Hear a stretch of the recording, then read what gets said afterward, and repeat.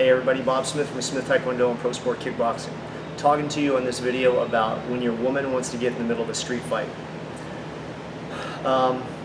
It's happened to me a couple of times. I know other people that their wives or their girlfriends somehow think that they can negotiate or get in the middle of it, and somehow they're going to make it okay. I'm making this video right now because one of my students last night told me that her boyfriend, in her words, got his ass beat in Waikiki. That's happening too often, and people just take it too lightly. They don't think that it's anything serious, even though in Waikiki in the past month 2 people have been murdered. So it's becoming a serious problem.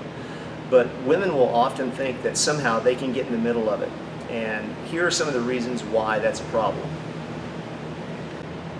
For some reason, after blows have been thrown or a potentially lethal or dangerous situation has been started, a woman wants to put herself in the middle of the altercation to protect her boyfriend, her husband, her bae, whatever.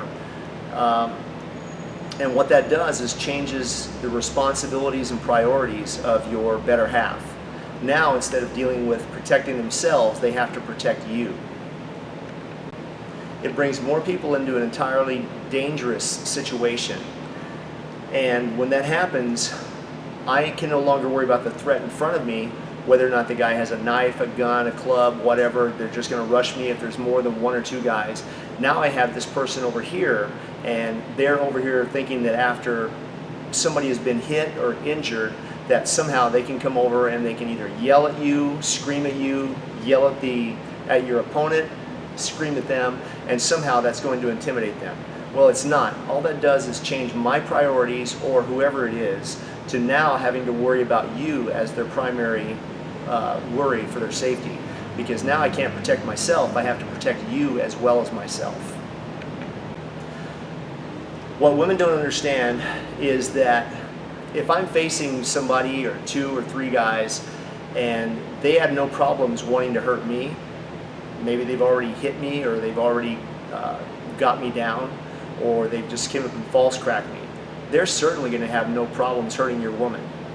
That's the type of person that you're dealing with. They're an asshole. They're probably the lowest form of feces on the planet, but that doesn't matter at that moment. The only thing that matters at that moment is your partner's safety, and you can't keep them safe if you're getting injured because you're watching them instead of who your threat is.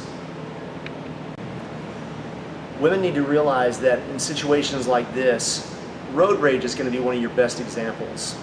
You know, somebody cuts you off. We had a road rage incident in the H3 tunnel a couple of weeks ago where the guy was in a small economy car, a Honda, and he was ramming his car into the side of a new Toyota pickup truck, screaming at him, pulled him over, and road rage incident ensued.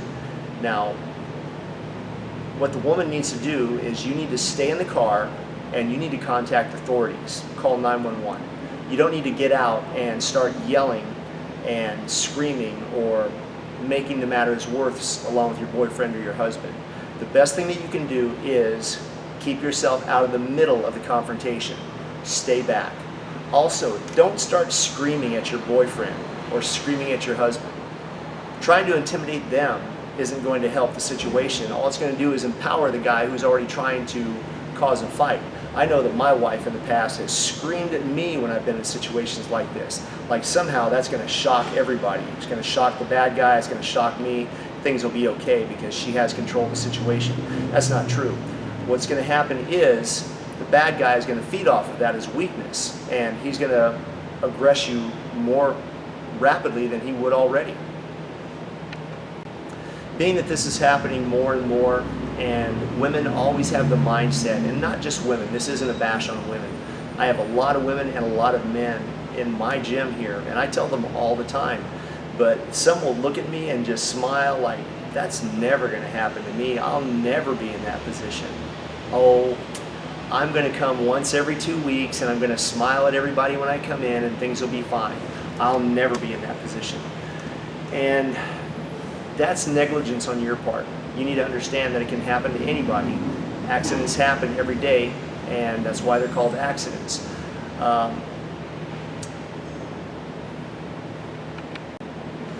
So just screaming your better half's name in the middle of an argument or a fight that's about to ensue does no good whatsoever. And no matter how much you want to say that it does, it doesn't. It does not help. The best thing that you can do is stay off to the side, stay in your vehicle, and like I said, call 911. There's nothing else that needs to be done. You don't need to be getting into the fight, getting into the mix. Now I know there's a lot of girls that they don't mind jumping right into the middle of a fight, scrapping it out too, but you don't need to be doing that. You might have children in the car, there might be other people involved, especially in a road rage incident. You could step 1 foot out too far into the oncoming traffic and now you have a death on your hands, or you've lost your life over some moment of stupidity or a moment of just anger out of no reason. So self-control, stay calm, and plan. Get distance between you and whatever the threat is. One of the best things you can do for preparedness to keep your skills sharp, your situational awareness sharp, your reflexes sharp, is being in an ongoing martial arts program. And this is Bob Smith, Blood Makes You Related and Loyalty Makes You Family. Out.